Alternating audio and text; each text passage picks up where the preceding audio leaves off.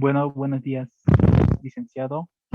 En esta oportunidad vamos a estar exponiendo mi grupo lo que es la burbuja inmobiliaria de 2008 de los Estados Unidos. Los integrantes del grupo somos mi persona, Pasajora Daniel, Juan Carreras Reisela, Los Aruquipa Oscar Gonzalo, Miranda Maita Luis Alejandro, Silvio Mamani Ana Judy, Picona Pasa Jenny Caterin. Siguiente diapositiva. Bueno, como introducción, ¿no? La crisis financiera internacional del 2008 tuvo su origen en el problema de las hipotecas subprime de Estados Unidos. Esto se extendió después de afectar no solo a lo que es el país de Estados Unidos, ¿no? También a otros países y naciones, de manera principal al miembro de lo que es la Unión Europea.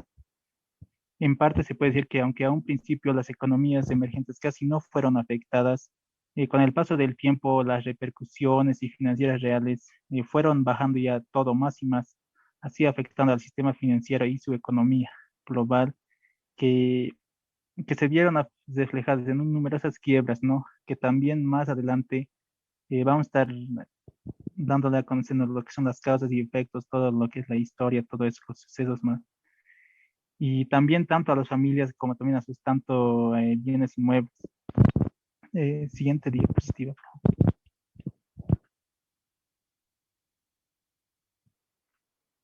Las causas que dieron origen a la burbuja inmobiliaria. Aquí podemos ver tres puntos, que uno es la modificación de la tasa de interés. No, esto sucedió entre los ajustes que se hicieron a la regulación financiera, que se destaca la posibilidad que se dio a las instituciones de ahorro y préstamo. Esto para otorgar créditos de consumo y ofrecer cuentas corrientes. Y esto también al mismo tiempo que se autorizaba a los prestamistas a cambio de modificar, ¿no? Como aquí decía, de modificar la tasa de interés sobre los créditos, ya sea en comerciales y de viviendas. Esto se dio un 15 de septiembre de 2008, al declararse que el banco de inversión, que en ese entonces el autor de Lehman Brothers estaría declararía en bancarrota a los Estados Unidos, que llegó a su colapso y posteriormente le siguió el resto de las economías desarrolladas. También el otro pone que las bajas de precios y el exceso de gastos y endeudamiento. Esto, el exceso de gastos y endeudamiento, pone que por parte de los estadounidenses, estimulando por bajas tasas de interés, como hace momentos decía, por la modificación de la tasa de interés, ¿no? Y también este gasto excesivo se dirigió al mercado inmobiliario y a muchas personas que adquirieron propiedades por encima de su capacidad de pago y como también las viviendas adicionales que adquirieron en ese momento. También llegó a la reducción de patrimonio de muchas familias que fueron afectados, ¿no? Y también podemos decir que también hubo los balances de diversas instituciones financieras que han tenido que amortizar las pérdidas que tenían en ese entonces. Y siguiente diapositiva, por favor.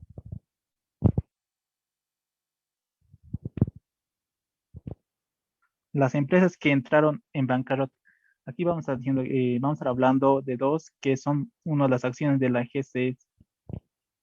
Podemos decir que comenzaron al deslizamiento que entró en quebrantamiento. Y en ese entonces, el 7 de septiembre, el Departamento de Tesoro de Control tomó el control de la GCS. Esta empresa también estaba a cabeza de Fannie Mae y Frederick Mac. Y después de esto ocurrió lo que es, viendo esto, se envió muy malas señales al mercado financiero que le dio malas señales, ¿no? Y también podemos ver las acciones de la AIG, que estaba en ruta al colapso debido a su exposición en los famosos intercambios de defectos y créditos que tuvo que ser rescatado por la Reserva Federal con un crédito del 85.000 millones de dólares, que esto no resultaron suficientes ya que han tenido que complementar con 38.000 millones de dólares adicionales. Y en cuanto a esto, la AIG significa que es una corporación multinacional estadounidense y finanzas de seguro con operaciones en muchos países. A estas dos empresas se puede ver que hubo un golpe a las empresas financieras que se tradujo en problemas hacia, podemos decir, como al resto de las economías de los demás países también. Y en esto podemos ver un personaje que es Alan Blinder, que nos dice que las empresas hipotecarias que otorgaron créditos sin reservar la capacidad del pago real de los clientes. Es a causa de estas cosas que se dieron lo que es la burbuja inmobiliaria, ¿no? Que es toda la suprime de su economía. Mi compañera Jenny va a estar continuando.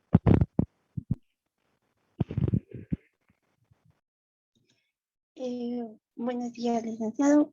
Bueno, yo les voy a hablar sobre los efectos y crisis al sistema financiero. Vimos que tras varios meses de debilidad y pérdidas de empleo, el fenómeno colapsó, este fenómeno prácticamente colapsó entre 2007 y 2009, lo que causó la quiebra de grandes bancos y entidades financieras. Esta crisis hipotecaria ha tenido efectos tanto como impactos sobre el resto del sistema financiero y poco a poco haciéndose global. La crisis financiera se ha manifestado fuertemente en el sector de economía de los Estados Unidos, lo que trajo algunos comportamientos en la economía de la gestión 2008. El primero fue que el Producto Interno Bruto, como se ve en la imagen, en el primer cuadrito chiquitito, se ve como el Producto Interno Bruto de Estados Unidos se contrajo, o sea, se redujo a un 6,2% del cuarto bimestre de esa misma gestión, o sea, del 2008. Esto todo con respecto al trimestre anterior, ya que esto se tuvo de datos preliminares. Dos, el segundo comportamiento fue que la producción industrial en Estados Unidos se redujo de 1,8%, ya que las industrias también fueron afectadas fuertemente. Y eso se ve en el segundo cuadrito, cómo fue la producción industrial y cómo se fue cayendo y deteriorando poco a poco. Esto todo con respecto al mes anterior, que teniendo en cuenta, si lo vemos a un año base, es el 10% menos de producción que se tuvo en estos años. El tercero es que la tasa de desempleo llegó a un 8,5%, y esto se ve aquí, en el tercer cuadrito, la tasa de desempleo, lo que contrajo que casi como 5,3 millones aproximadamente de personas estarían desempleados y afectando fuertemente a la economía de cada familia. También el cuarto comportamiento sería que las ventas tanto de autos y camionetas se contrajeron en un 37% en el primer mes del 2019. Me refiero a que no hubo mucha venta, se redujo las ventas, en este caso a un 37%. También podemos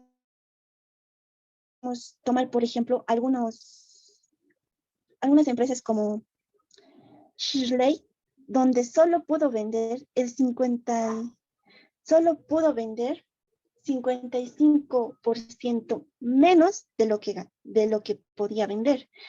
También esto afectó a otros países, como las empresas japonesas, ya que Toyota, Nissan y Honda se redujeron entre 35 hasta 28% menos de lo que vendían. Siguiente, por favor.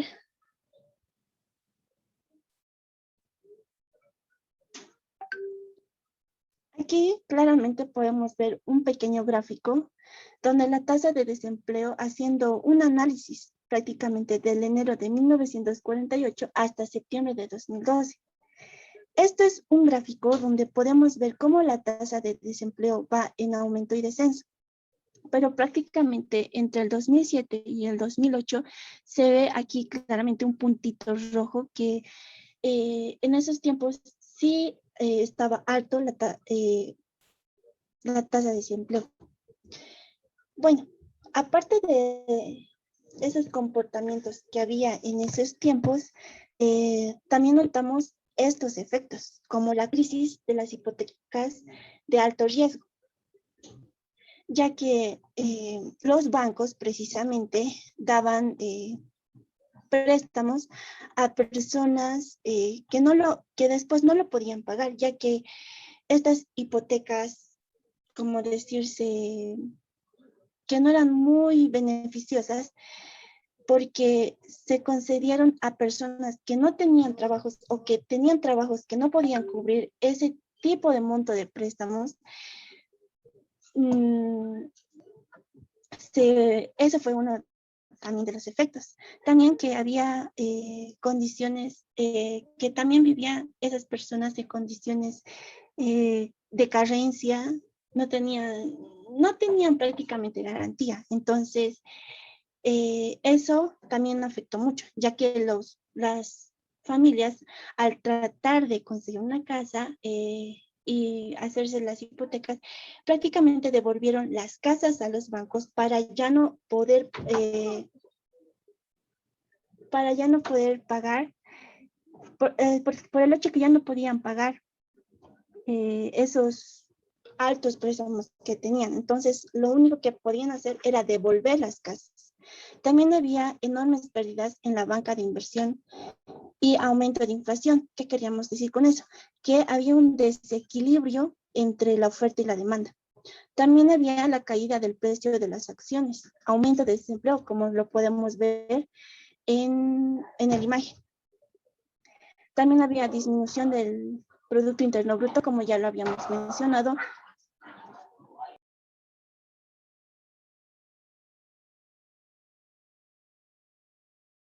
También había pérdidas de viviendas, como ya les había mencionado, cuyos propietarios no podían pagar las hipotecas.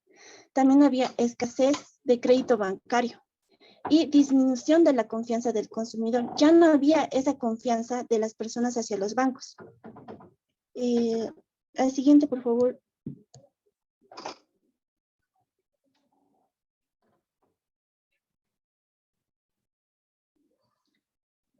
Ahora bien, como ya les estaba mencionando, una deuda cuando no es pagada se le puede conocer como defecto. Por lo que las familias incurrieron en defectos y ocasionaron grandísimas pérdidas a los bancos. Y a la vez, esta situación generó un colapso en los portafolios de bancos de inversiones a nivel mundial.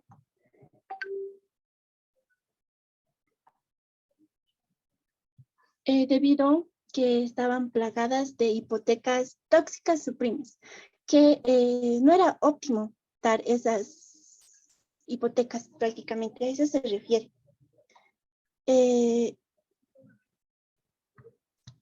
Siguiente, por favor.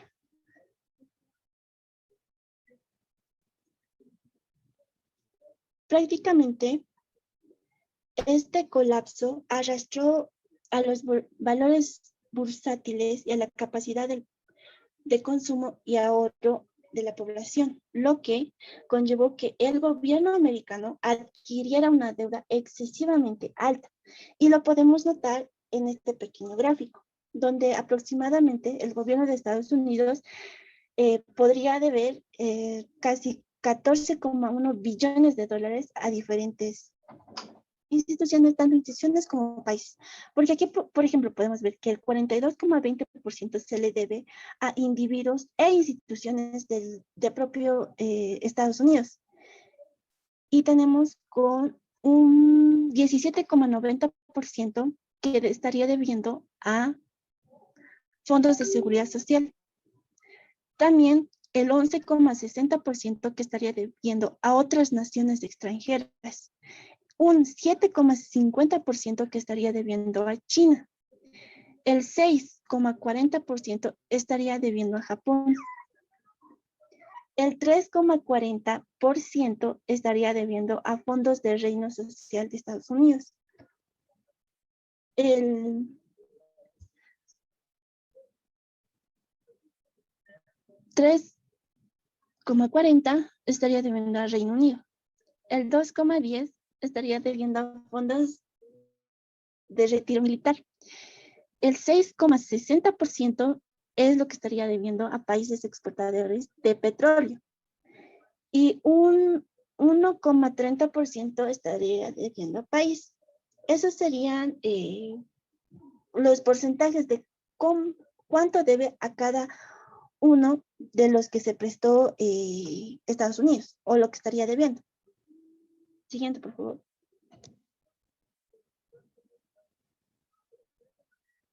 Ahora bien, antes de entrar al segundo punto, teniendo conforme los problemas de mora que había en esos tiempos de los créditos hipotecarios, lo que se estuvo extendiendo y creciendo la incertidumbre sobre las pérdidas asociadas a instrumentos financieros de baja calidad crediticia. Ahora podemos entrar la crisis financiera del 2008. Prácticamente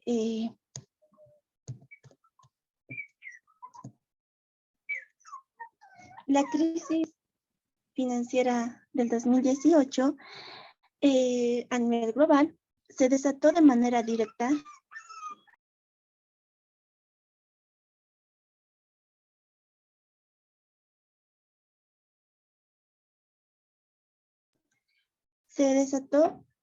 de manera directa debido al colapso de la burbuja inmobiliaria que hubo en los Estados Unidos a partir del 2006. Ya después se fue desatando aproximadamente entre octubre en 2007, donde está la llamada hipotecaria suprema. Ya después, a principios de 2018, cuando se desataron y se declararon en bancarrota algunos bancos, se desató. Las recuperaciones de la crisis hipoteca comenzaron a manifestarse de manera extremadamente grave desde inicios de 2008. Debido a este colapso, se manifiestan, y pues todo esto sucedió, esto fue todos los efectos que tuvo dentro de esta crisis financiera de 2008. Gracias, y va a continuar mi compañera Ana. Buenos días, licenciado. Buenos días, compañeros. Yo voy a hablar sobre la crisis financiera del 2008. La crisis financiera, como muchos de mis compañeros lo dijeron, se debió al colapso de la burbuja inmobiliaria de los Estados Unidos, esto que fue provocado en el año 2006, y aproximadamente entre el mes de octubre del 2007, la llamada crisis de las hipotecas suprime, en la cual se fue resaltando, en la cual se empezó a manifestar de una forma extremadamente grave a inicios del 2008, contagiándose primero al sistema financiero estadounidense y después al internacional, ya que afectaba mucho a las economías de los demás países. Como consecuencia, la profunda crisis de liquidez y otros fenómenos económicos, como una crisis alimentaria global, ya que esto afectaba mucho a las familias. Siguiente diapositiva, por favor.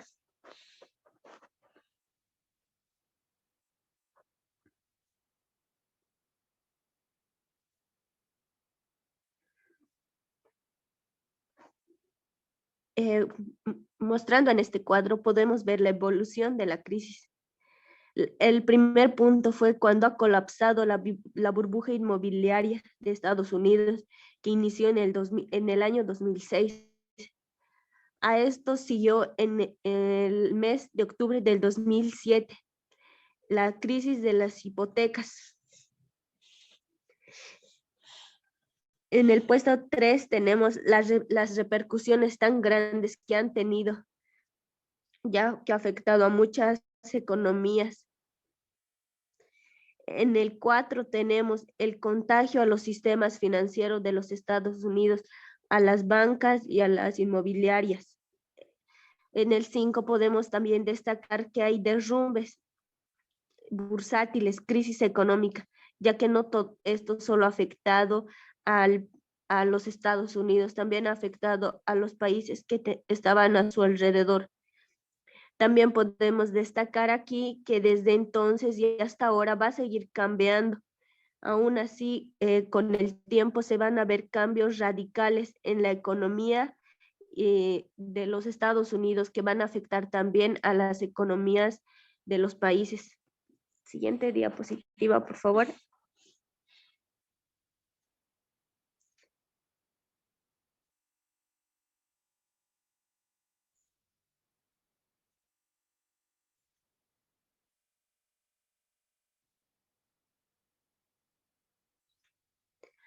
Bueno, hablando de los inicios de la crisis, podemos tener que sus orígenes es un conjunto de bonos que dan que se colocan a las viviendas, principalmente en los Estados Unidos.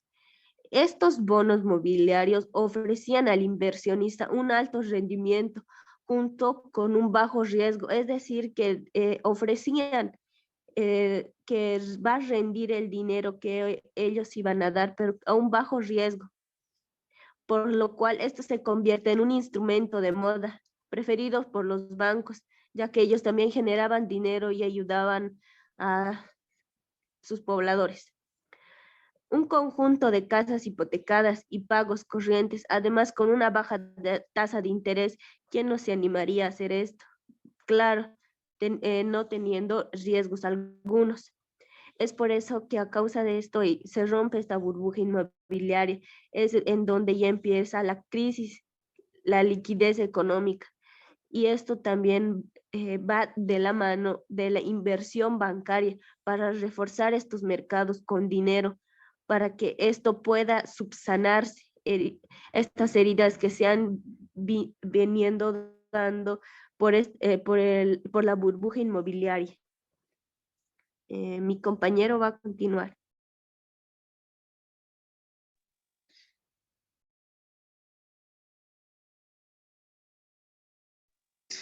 Buen día, licenciado. Yo voy a hablar sobre el pánico bursátil.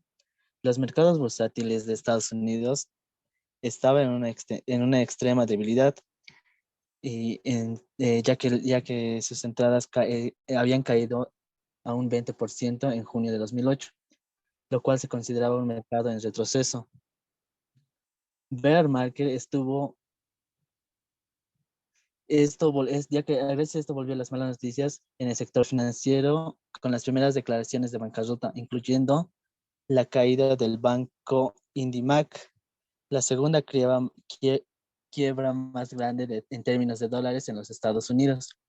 La crisis tomó unas dimensiones más peligrosas para la economía de Estados Unidos cuando las dos sociedades hipotecarias más grandes de este país, Freddie Mac y Fannie Mae, que reunían la mitad del mercado de las hipotecas sobre las viviendas, comenzaron a ver sus acciones atacadas por las especulaciones, a tal punto que en julio, tuvo que declararse en quiebra y pedir ayuda del gobierno y de la Reserva Federal.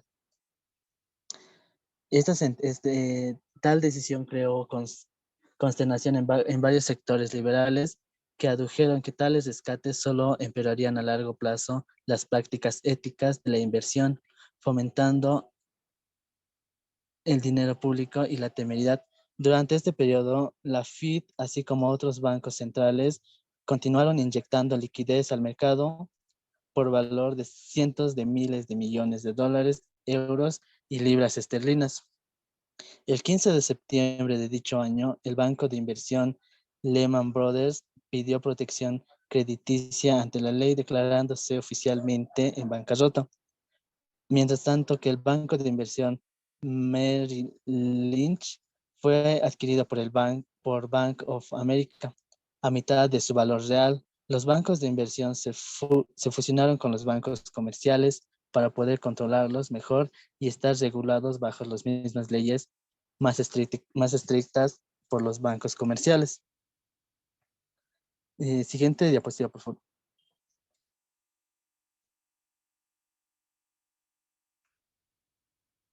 La extensión de la economía. Las economías de todo el mundo se vieron afectadas por la carencia de crédito. Ciertos gobiernos nacionalizaban los bancos, como en Islandia, Francia, y los bancos centrales en los Estados Unidos, Canadá y algunas partes de Europa tomaron la coordinación sin precedentes de un recorte de 0,5% de los tipos de intereses en un esfuerzo para aliviar las crisis.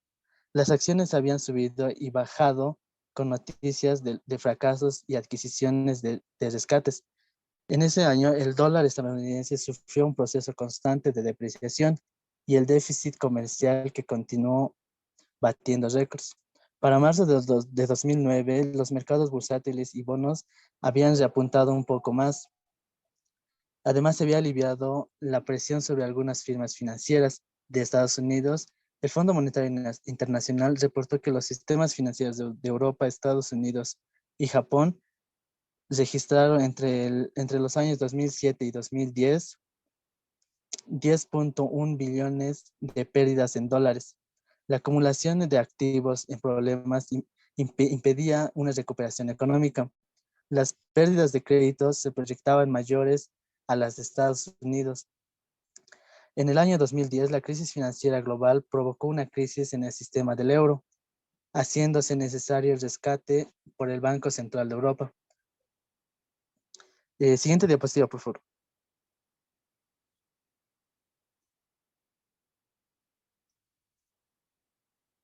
Las medidas que se tomaron, las autoridades de la economía fueron desde inicios de la crisis. Habían optado por diferentes soluciones, eran la inyección de liquidez de los bancos centrales, la intervención y la nacionalización de los bancos, la ampliación de la garantía de los depósitos, la creación de fondos millonarios para la compra de activos dañados y la garantía de la deuda de los bancos.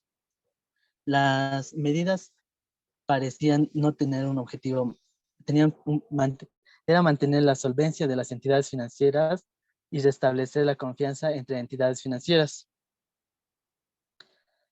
y calmar la turbulencia bursátil y tranquilizar a los depositantes de ahorros. Ahora va a continuar mi compañera.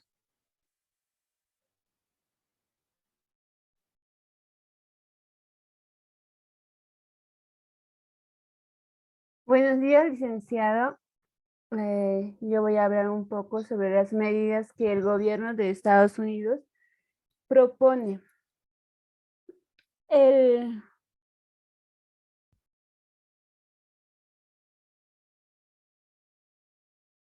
Por lo que a finales de agosto del año 2005, el gobierno de Estados Unidos anuncia varias medidas. Una de ellas es encauzar, en sí evitar las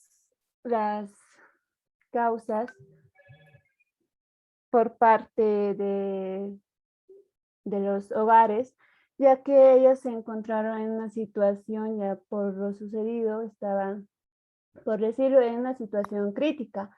Y también aplica un plan de rescate que fue presentado en la gestión 2007.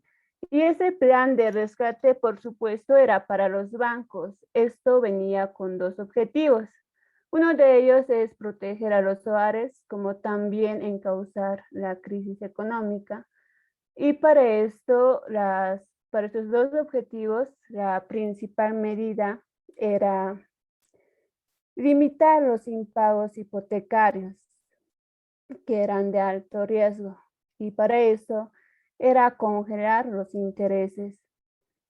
Pero el gobierno, a causa de la crisis, busca soluciones y uno de ellos es que otorga un préstamo, bueno, no un préstamo, sino una compra por una deuda mala para salvar a un banco, y ese monto era de 700 millones de dólares.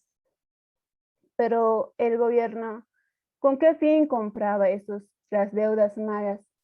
Él compraba con las deudas malas en sí, con el fin de que en algún momento, dentro de algunos años, se restablezca lo que es el mercado de vivienda, para luego ya poderlo venderlo, por supuesto, a un monto un poco más elevado.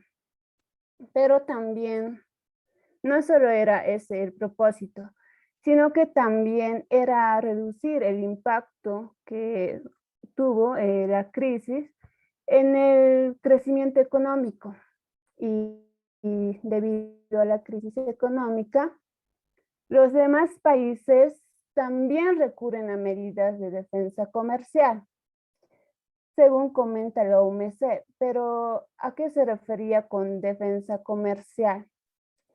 Se refiere a que los demás países buscan mecanismos en sí para defender su economía ante los daños que se iba presentando y por supuesto a las amenazas. Pero según la OMC, en su informe también nos destaca las medidas de los países que estarían optando en sí para proteger sus economías. Una de esas medidas era que estaban elevando en los aranceles. Por ejemplo, México había incrementado los aranceles a 89 productos estadounidenses, pero ¿a qué nos referimos o qué son los aranceles? Los aranceles son tributos que son obligatorias por ley y estas se aplican en los bienes como impuestos que son importados, bienes que son importados, obviamente. Y Estados Unidos, un ejemplo de Estados Unidos sería que estaba incrementando los aranceles en la importación de tubos, pero eran tubos de acero y esto venía de China y así sucesivamente fueron incrementando los demás países en los aranceles.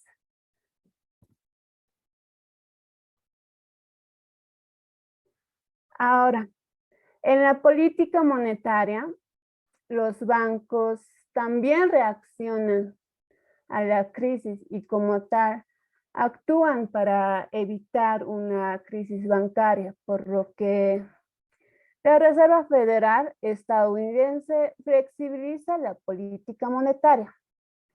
Esto inyectando liquidez, pero también actúa en los tipos de intereses.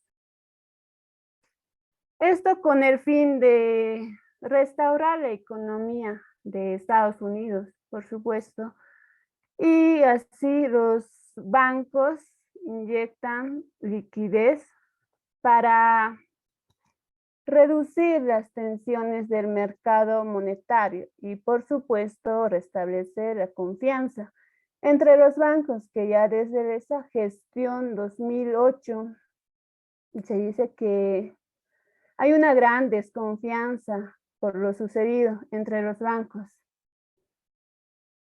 Y no solo para eso, sino que también para evitar o el impacto que esto tuvo en el crecimiento económico. Ahora, también los bancos centrales desempeñaron lo que es la función de prestamista. Esos bancos prestaban fondos a otros bancos que lo necesitaban y a cambio estos bancos tomaban sus activos. Pero también en el mes de marzo de la gestión 2009, Timothy, que era el secretario del Tesoro de Estados Unidos, anuncia la creación de sociedades públicas y privadas. Esas sociedades son en sí las que iban a comprar los valores tóxicos por parte de los bancos. También lo que son los préstamos que fueron otorgados.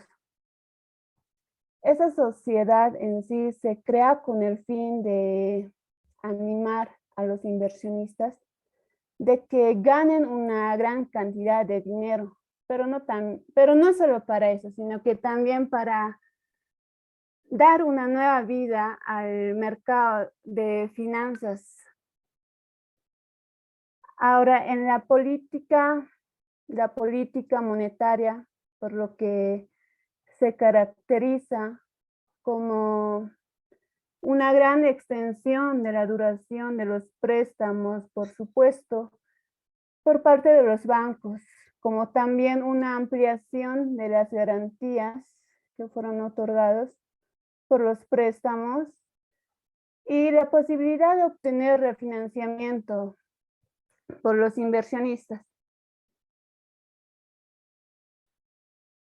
Ahora, los culpables del colapso económico, según la comisión, que fue creada en el año 2009 para restablecer las causas de la crisis, por lo que la comisión comenta de que la crisis fue la causa de los funcionarios, tanto como de los políticos y banqueros, en otorgar préstamos, por lo que los banqueros no se fijaron en revisar si tenían la capacidad de pagar los hogares y también por no revisar lo que estaba pasando en el mercado. Por lo que la comisión comenta de que la crisis fue el resultado de la reacción humana y la inacción, ¿no?, de la madre naturaleza o modelo fuera de control. Pero al parecer las entidades financieras, tanto como administrativas públicas, ya habían recibido en sí años atrás, se había presentado. Ahora, los culpables del colapso económico, según la comisión que fue creada en el mes de mayo de la gestión 2009 para restablecer las causas de la crisis, comenta de que esta crisis se habría podido evitarse si no hubieran tomado riesgos excesivos por parte de los funcionarios, como también de los políticos y por supuesto por los bancos en otorgar préstamos y por no revisar su capacidad de pago por parte de los hogares, como también no verificar lo que estaba pasando en el mercado. Por lo que comenta la comisión de que esta crisis fue el resultado de la acción humana y la inacción, ¿no?, de la madre naturaleza o modelo fuera de control. Pero al parecer las entidades financieras, tanto como administrativas públicas, ya habían ignorado totalmente las advertencias que ya se iba presentando desde hace años atrás por lo que subestiman, ¿no? Y por supuesto, solo reaccionan cuando la crisis se presenta como tal, que es en la gestión 2008, que es cuando estalló. Pero por lo que la comisión comenta de que la crisis fue en sí los culpables del colapso económico serían como los funcionarios políticos y banqueros, como ya se mencionó. Ahora va a continuar mi compañero.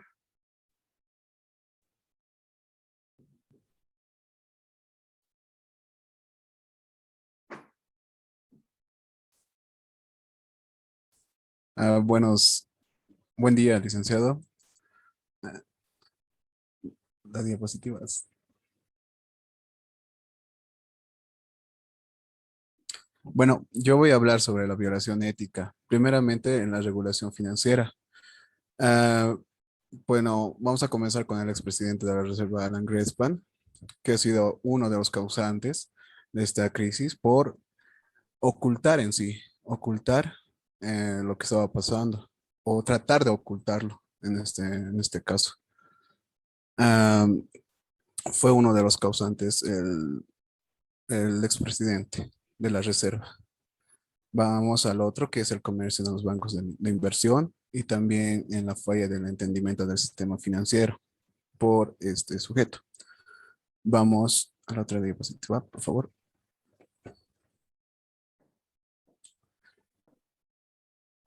Así vamos a los responsables de la causa de la crisis. También que está aquí Alan Greenspan, el expresidente de la Reserva Federal. Y también ha habido un informe que ha sido que George W. Bush estaba también eh, acusado de esto. También Barack Obama y los responsables de estabilizar esta crisis que se tuvo fue, eh, fue un grupo de Henry Paulson con Bernanke y Timothy Geithner, que fueron los causantes y los que trataron de estabilizar y estabilizaron esa crisis. A la siguiente diapositiva.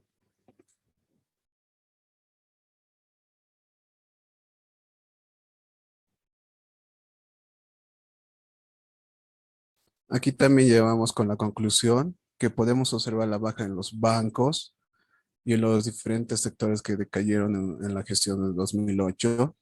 Más exactos va a ser el 15 de septiembre de 2008. Los causantes que fueron los compradores, las instituciones financieras, las autoridades regulatorias, los bancos, causando un bajo rendimiento en el PIB real. Vamos a los compradores. Los compradores,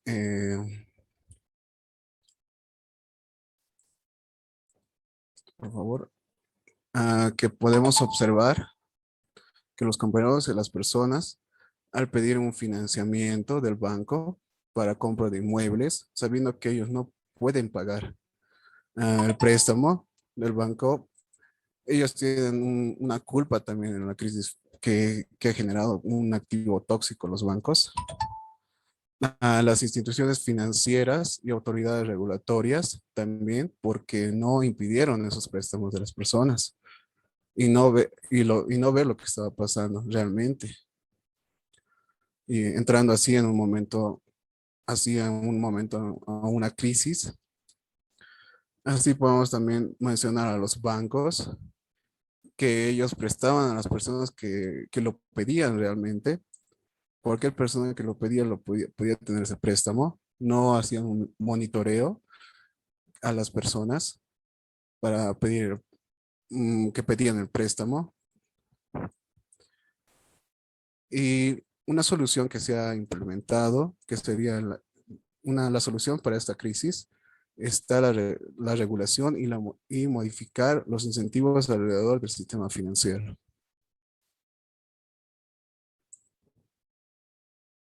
La siguiente diapositiva.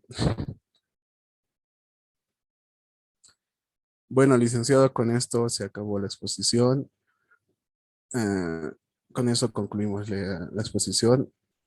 Eh, Espero que haya sido de su agrado y el grupo se despide, licenciado.